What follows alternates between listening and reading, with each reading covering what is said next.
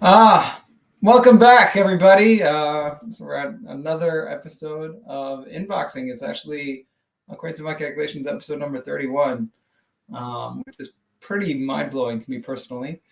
And today we have a really great guest. This is a wonderful guy and someone I've been meaning to talk to for a long time.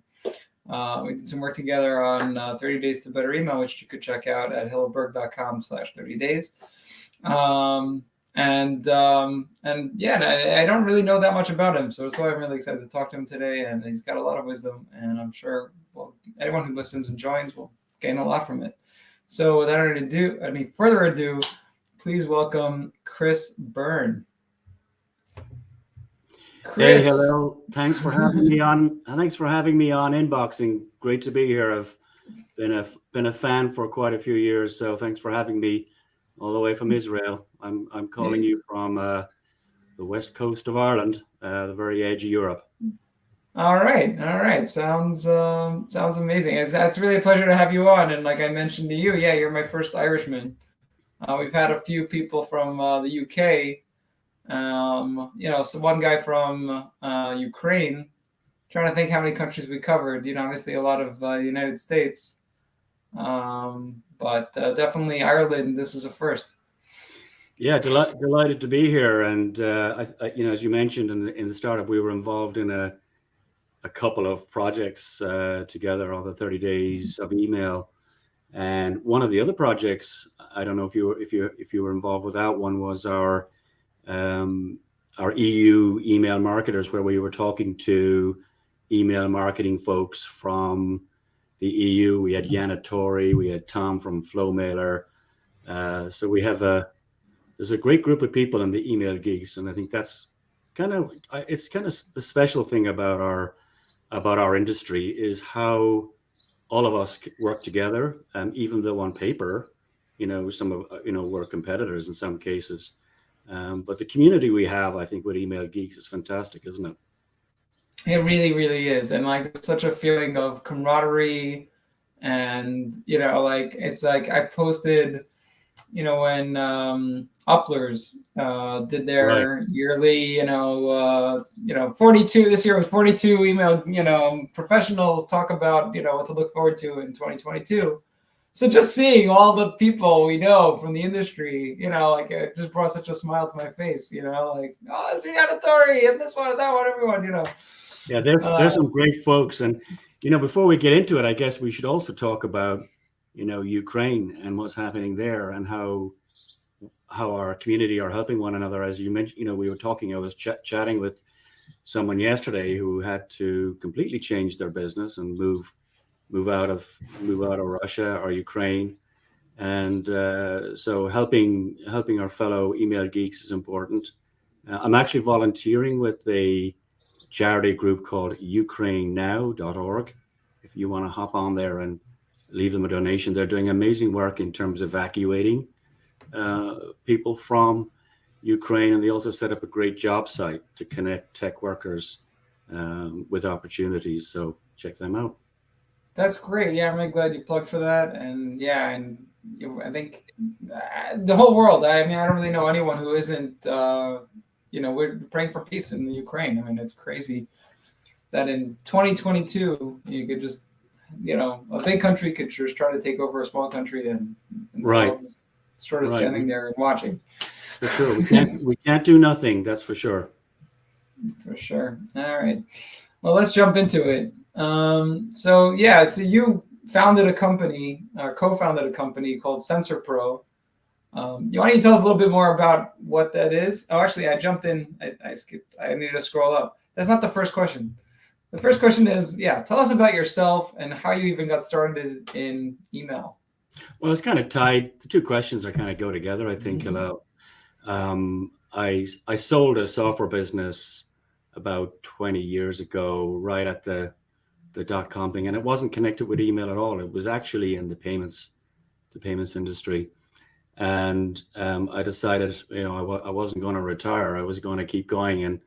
And I had noticed how difficult it was at that time, to either build websites or do CRM or do email. So we decided to build product to solve that problem. And we had a slightly different approach in the sense that we combined email and surveys together. So we built a survey platform and we built an email platform. We combined them. That's why the Sensorpro is there, so that people could ask questions about their customers and then send email based on the answers. That's kind of how it evolved. And in terms of, you know, our how we got to where we are today, our whole approach was a partner. So we love working with partners and with agencies and other software companies. And in fact, our first major partner was with Epsilon Interactive. And they had just Google had just bought DoubleClick at the time. And Epsilon was spun out and they private label the survey app. And to this day, they're still doing that. They're now part of Publicis Group. So they're a fabulous partner. And US firm Epicor are also one of our major private label companies. They're a big ERP firm. And so that's kind of how we got started in terms of the company. A lot of challenges, as you know, over the years. And we would be one of the few that have both a cloud platform as well as a on-premise version of our platform, which is interesting to some people, but not everyone. Right. Yeah, definitely. I mean, that on-premise is definitely not, you know, it sounds like a software, you know, you like a disk you put in your computer to set up. Not like, you know, does it definitely like ages you a little bit. You're still a young man.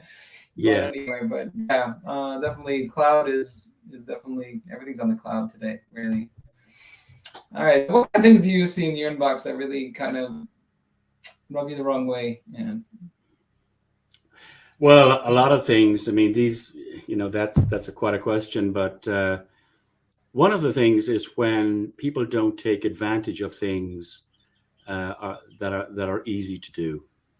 So, for example, when I see a great brand and they do things like mess up the pre-header, that makes me cringe. And you know, we all make mistakes, right? It's easy to do.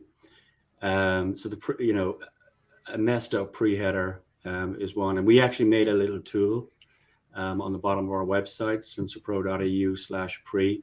It'll make you a great little pre-header for free and pad it out, so you get an extra subject line. The other thing that makes me cringe is where people don't take advantage of getting their logo in Gmail. It's a simple thing to do. It takes literally 10 minutes. And again, we have a free tool that helps you do that. And so it's not quite BIMI or BIMI or however you pronounce that. I don't know if I'm pronouncing that correctly. But at least in Gmail, you know, you get your little logo beside your brand. I mean, if you were on Twitter or social media, you wouldn't have the egg avatar, right? So why would you do that in Gmail? It's so easy to do. It takes 5-10 minutes to do. And so it's a free tool on our website. Go do it. No, that's great. You know, not only do you see things that cringe, but then you do things about them. You make tools. So right. Yeah. we should all be inspired by that. And you know, we see something wrong, trying to help. Realize you're not the only one with that issue. See what you can do about it. All right. So I mean, you kind of spoke about this already, but like, what was the immediacy that started, you know, Sensorpro? Well, in terms of starting, I think you're probably referring, why did we get into e-commerce? I have a little story for you about that. I was helping a client who was on WooCommerce and a WordPress plus WooCommerce site, and they were having such a hard time. Simple things like, you know, uploading products and images and so on. It was really difficult. And every time they needed to do something, they needed the developer to help them. And, you know, they didn't have the budget to do so. I mean, they were a small e-commerce store. And I said, you know, I'm going to give Shopify a go. So I spent about 3 hours moving their site over, and I just could not believe it. How great it was. What a platform. What a great ecosystem. So I basically said to our team, I said, we're doubling down on this. This is fantastic. And when I asked the merchant, I said, tell me, what's the difference between, you know, what you're doing, your old platform, and what you're doing on Shopify today? And they told me, they said, this feels like a real store. And it was an interesting comment. Even though on the face of it, right, stores look broadly the same, right? List of products, shopping cart and whatnot. But it was the whole back end, the back office system, the integration. So that's what brought us into e-commerce. And it was an interesting way for them to describe what they had before and what they had today. And that's very much, I think, about where the future of these types of platforms are going, is what guys like Shopify are doing. So we doubled down on that, and we decided to move our platform or build our platform within the Shopify app ecosystem. It's not there that long. We have a couple of hundred stores there already, so we're pretty new to it because it takes a while to get approved, which is what it's all about, so that merchants can see that this is a verified app and they've been through the mill in terms of getting it there. But I'm super impressed with what Toby is doing there, and so much so then that we decided to go do the next one, which is BigCommerce. So we did the same thing and launched on BigCommerce. So we love this space in e-commerce because it's got everyone. It's got the mom and pop shops, it's got big brands, and they need our stuff. They need email, and they need surveys and all that sort of stuff. And the whole ecosystem is brilliant in terms of working within it. Uh-huh. And do you guys like integrate like fully? Like I'm talking, my experiences with Klaviyo. So Klaviyo, it's integrated. Right. It's like amazing. It's a dream for marketers. Sure. Because it's so easy to create segments, or you just like you have all the customer history in there, and just right. Yeah. So are you guys doing something similar? Oh yeah. I mean, you can't do anything but that. I mean, you literally cannot be. Yeah. And it's a great question, because some people say we work with Shopify or BigCommerce or these other platforms. But if they're on the edge and if they're not part of the ecosystem, then it's not the same thing. I mean, you need to have visibility of inventory, orders, all of that sort of stuff, so you can do everything. Yeah, it's shocking to me really that there are ESPs that call themselves e-commerce ESPs, right? But they don't have this native functionality. No, and that's a great point, and that's why being part of the ecosystem is important, is because you are vetted. But also you can do really cool things. So for example, we launched a new module called RFM, which stands for recency, frequency, and monetary, which basically allows you to say which customers purchased recently from us, which ones, it's a score that's assigned to the customer, but it's not just a report. We build a whole campaign. So all you do is tweak the message a little bit if you want. And the important thing here is that that's what Shopify and merchants expect. They expect that. They don't expect an army of developers to get this thing working. They just don't understand that. So if you are coming to the space with that perspective, you're not going to be successful. Maybe with the larger ones, perhaps, who are used to having large teams, but certainly for the mid-tier, the expectation is that it works without a large army. And it kind of, that kind of brings us also to talking about things like the open metric that, we've all talked about that, and Apple NPP, and things like, what we were talking about there with having access to orders and inventory and so on, are things that are really going to help people move away from the open metric. So instead of saying the only thing I can measure on is an open metric, well, you can also measure on how long ago did somebody buy from you, and things like that. And integrating and looking at data from outside the silo of email is important. And that's kind of where we need to go, I think. Right, for sure. I mean, like it's not really a direct competitor, but last season I had a great interview with Andrew Ross Paquette, And he's like on a mission to not just get the email integrated with that, but also to bring in the customer support and like basically every channel that a customer could think of is all in one platform, which is a very lofty dream, because he wants the retail part of it, the website part of it, everything is all coming in. So it's gonna be a hell of a product when it's finished, but but it's interesting to hear, like that in terms of what you guys are doing. Like not everybody needs that, like just having that native functionality is so powerful. And like you were saying, that people, that's what they expect, like just software that works, that you don't need, anyone else to get set up, and bada bing, bada boom, as they say. It, for sure. All right. How long did it take, now Sensorpro is over 20 years old, right? Right. Yeah. Right. So would you say now you're rolling, or like, was there like a long warm up period until it really took off, or like, where do you think you are in that journey, I guess? Well, we're still rolling, LL. But it's fun, and here's another story for you. Back in 2004, a really well-respected colleague of mine, he actually phoned me up and he said, "Chris, you got to get out of email." I said, "Okay." And I said, "Why, Bob?" And he said, "Oh, this thing called Google Wave is coming. Google Wave's going to kill you guys." And everybody remember Google Wave? No. I have no idea what Google Wave is. Yeah, so I mean, it's gone the way of Google Plus, I guess.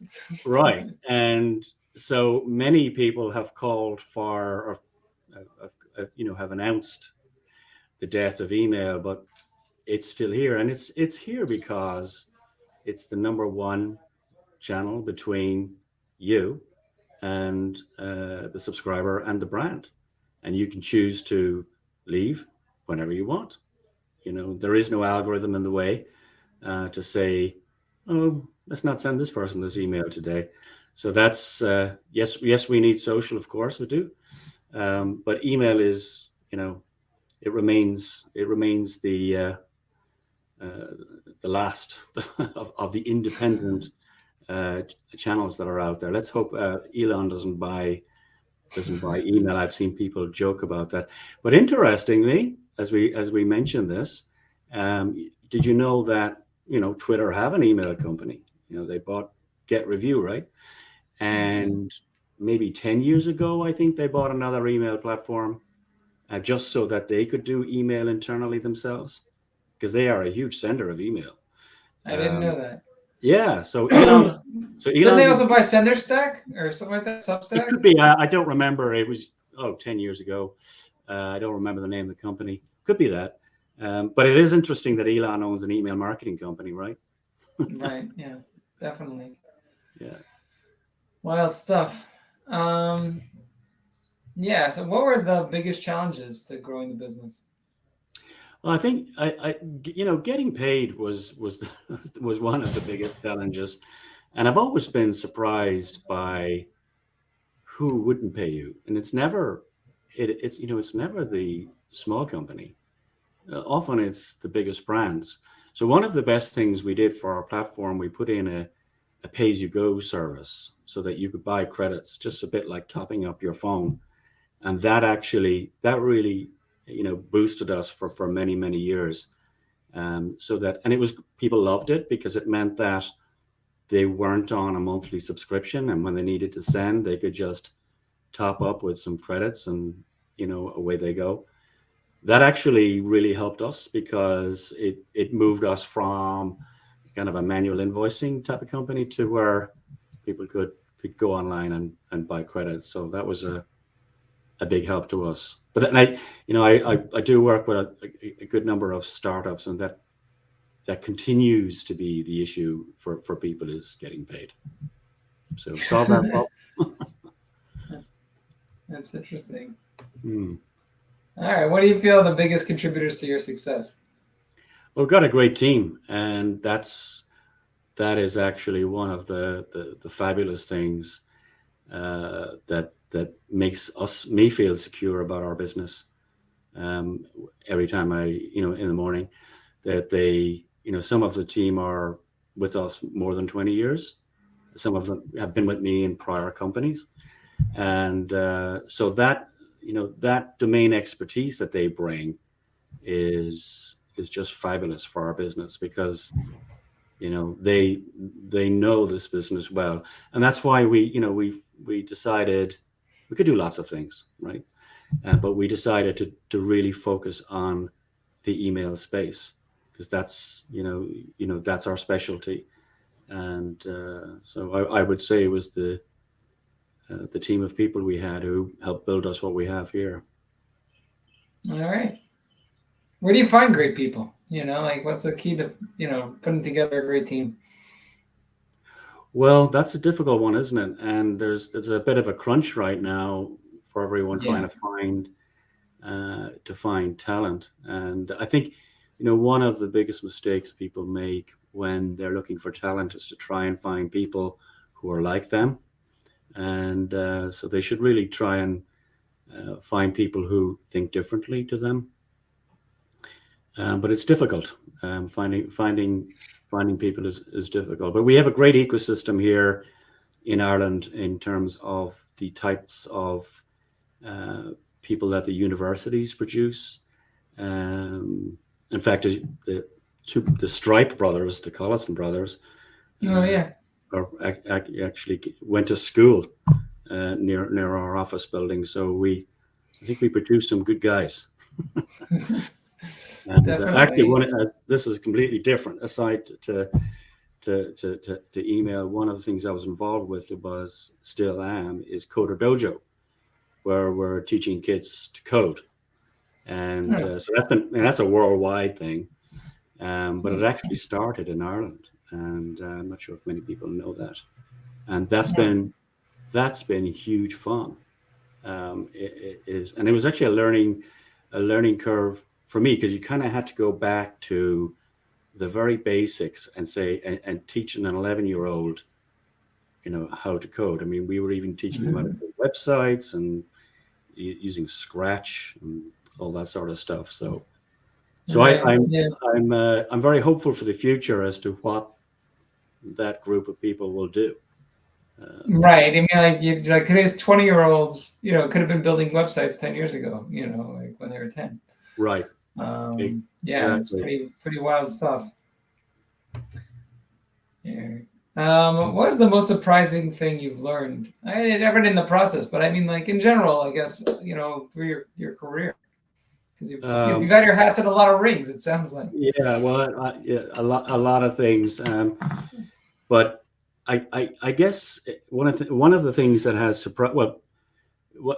surprised me is people don't read, and so I've learned to, and we've used that to shape, how our product looks and how it behaves, so that we've used that to evolve it in terms of making it easier to use and so on. And I think it's an important lesson for marketeers, our fellow email guys, is that people don't necessarily read, and that there are words people, there are images people, there's a combination, and you need to serve both. And which kind of brings me to my project for this year, which is to bring email geeks and copy geeks together, because I think that a lot of the words we see in our emails aren't that great, and I think we need help. And I've gone off on a little journey and educated myself on this, and I actually put together a nice little Twitter list of copywriters that people can follow. But I think that's one of the issues we have, and in terms of the words that we use. Words matter, right? And there are some fabulous wordsmiths out there. Some of them operating within the email space. Folks like Anne Handley, she's really good. Nikki Biaz, Nikki, right? Did you interview her? Albaz. Yeah, Albaz. She was one of my early guests. Nikki is great. I think number 2. Yeah, She's my second guest of all time. Was she? Okay, yeah. And Yeah, sure. Josh, people like Josh Spector. So anybody listening in, follow those three people, and they, what they have to say about copy in email is certainly worth reading and worth looking at. Yeah. For sure. All right. So what's unique about email that you think you love it so much? Like what all are in straight we're talking. What do you love so much about email marketing? Well, it's as I've mentioned to you, it's the the number one channel between brands and consumers, and there is no algorithm in the way. So that's why I think it's a great space to be in, and it's still evolving. I mean, you asked, we gave some stories there of people who said email is dead. Well, it isn't, and there's a lot evolving in email. So one of the other things I've been doing over the last 2 years is gotten involved in the no code space. And the no code space is just super exciting. Like what people are doing with platforms like Bubble, Softer, Zapier, or Zapier, I think the Americans call it. I Yeah. call it Zapier, is amazing. And I've been looking at what people are doing with these tools and the things that they're building. It's so great because it's enabling them to build tools beyond what we provide. I'm seeing people doing things with Google Sheets, Airtable, Zapier, and I think there's some exciting stuff about to come out in terms of what these platforms can do for people. So it's there's a lot to be done. Right, for sure. And so what do you do when you're CEO of Sensorpro? So what does that have you doing every day? Well, we're a small company, so I kind of do a bit of everything, and as I mentioned, just there the no code space is something that we're looking at the moment, and in terms of making it easier for people to do things with the data that we're doing. So that's one of the things that I do. All right. Mm. Okay. Do you have your own, or can you give us your top 5 email marketing tips for 2022? Yeah, well, for 2020, there's a lot of things. Get good at copy. So, if you don't have copywriters on your team and you're a big brand, well, I think you can afford to do that now, or you can't not afford to do it. If you're do you have any recommendations where to get good at copy? If you yeah, well, I published an article a few months ago about this, and I gave a whole list on it. We can maybe put it in the show notes. But get a copywriter, I think, is, let me just see. Get a copywriter is one source. But have a look at that and use tools like Grammarly, Hemingway. So that's one thing that I think email marketers should do for 2022. And in terms of the basics, there's always the basics of course, have your authentication set up properly for your domain, things like SPF, DKIM, DMARC. But these are all basic things I'm expecting that everyone would have, and do the 2 things I mentioned at the top of the hour, which was get yourself your Gmail logo and make sure your pre-header is awesome, because it's and actually back to Nikki, I actually use Nikki as an example of someone who does a great pre-header. She does a super job on it, and so it's a free subject line. So that's go do that. For sure. You kind of mentioned this before, but what do you think that are the biggest mistakes that you're seeing all the time? Yeah, we've talked about a few, and the biggest one I think is the authentication that we mentioned. A lot of people talk about here's the magic sauce for getting into Gmail. And none of these people work for Gmail, right? And so, but if you do the basics that I mentioned, that's a start. And also getting involved with the Email Geeks community, say on Slack, there's a lot of great knowledge in there and great people that can help you. So join that. But that's a mistake I'm seeing a lot. But I'm also seeing something that isn't, it's not run of the mill, and it's where people may be taking bad advice or taking generic advice and applying it across the board. So, for example, one of the things I see people saying is remove your inactive contacts, right? And of course, if your email platform is working properly and it's got good bounce management, it should be self-cleaning, right? That's all of that should be standard. You're only emailing to people that have subscribed and that have an active inbox. So I'm assuming that takes place.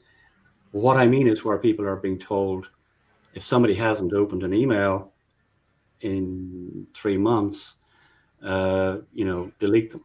But that works in some cases, but not in every case. So you need to be careful about taking that type of advice. And I heard a good story about that where I actually have a client who sends out a newsletter once a month, and one subscriber only opens in December and then buys something every year. I don't know, I presume it's a Christmas gift or something like that. But if they had taken that advice, they would have deleted that one person who was buying from them. So you need to be careful about doing that. And it's not a one size fits all. And actually, I think Steve Henderson from SAP wrote a good blog post. Sorry about that. Wrote a good blog post about this, where he said that inactives are part of your normal emailing. You okay, Hillel? Yeah, I just got a call and just muted my phone, and All sorry right. about the interruption there. All right. Yeah, so that's I've a post about that. People can read, and I mention other people like Della Quist of Alchemy Works, who's also spoke about this, and Steve Henderson from SAP. So that would be, so just be careful about doing that, because while while that might boost your open rates, it might kill your revenue. So Right. and this is where we're making the mistake of relying solely on the open metric as the sole metric. It's we've got to go wider than that. We talked about that earlier in terms of Klaviyo, right? Right, for sure. For sure, and everyone's got to think about their own buying cycle. Like you're selling. Every business is different, so you really got to think about, like, okay, someone who hasn't been paying attention for a while. Like, you never know. I mean, I just sent an email for a furniture company. The guy hadn't, we segmented. So, we send the same email just to see what's going on. Right. Well, I mean, and people that hadn't opened an email forever, got a sale. So, yeah. There you go. Terrible. And, and I've seen people writing about this. It's not just in our space. There is a general attribution problem and a measuring of engagement problem. And I don't think we're there yet. I am thinking about how we can solve that. I'm trying to build tools maybe that will help us solve that. But generally speaking, we do have an issue in terms of measuring engagement. And we can't just measure engagement based on email opens. I mean, personally, I'll subscribe to things and I won't open them. It might be 3 months, 6 months, but just because it's sitting there in my inbox doesn't mean I don't see it. So, and I may well go on the website and buy something and never open it.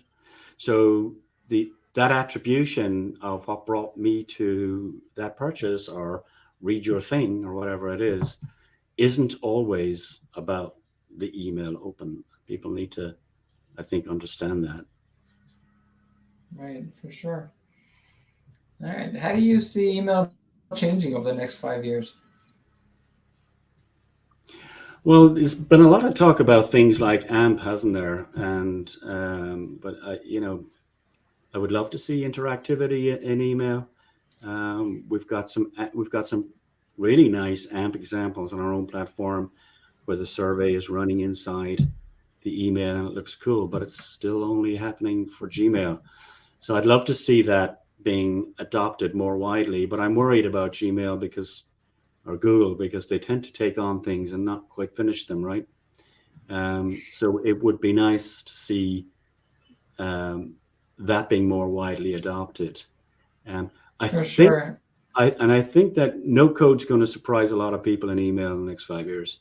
We're going to see some pretty interesting things coming out of that space, I think. Yeah, I'm curious to see what it is. I mean, I can think, but it's like these, what I'd call marketer-friendly tools that don't require any code.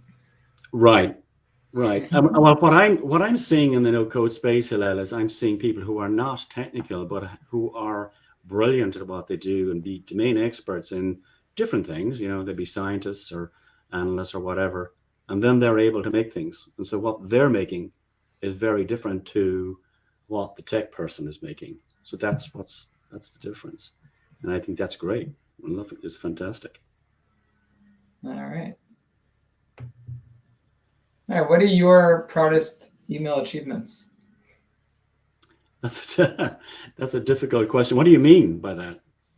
Well, you built a company, Right, and I don't know, it could be an email you sent. It could be, just where things you've accomplished, I guess. I mean, it could be a client of yours that you brought on. right, right. Um, I really don't know how to answer that. I mean, I think in terms of building a platform that we've made and that it's easy for people to use and it's affordable for people, and also that it's hosted in the EU is a great thing. Can you talk about that a little more? Like, what is Typical. that? I guess maybe, recently Google got, slapped for, bringing privacy data to the US from Europe. Right, right. So being in the EU, Yeah, does that, how does yeah. that There's help a you? number of things there. I mean, one of the things, something that I'm, I guess, proud of, but it wasn't spectacularly successful, would be the whole "do not track" movement.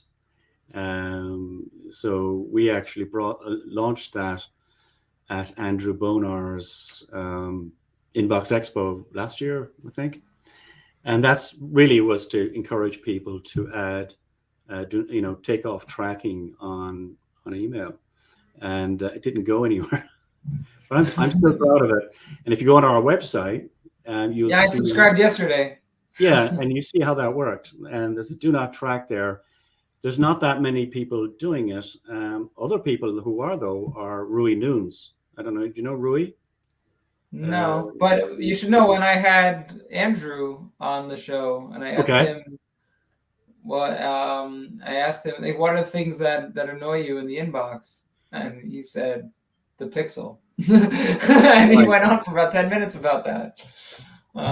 So yeah, definitely he's very concerned about privacy, and good for you guys, really, for making it an option. And just to clarify what that is, go to their website, go to sensorpro.com, and you'll see, look for the newsletter sign up, and you'll see you could actually click a box that says do not track, meaning the emails you'll get from Sensorpro will not have a tracking pixel.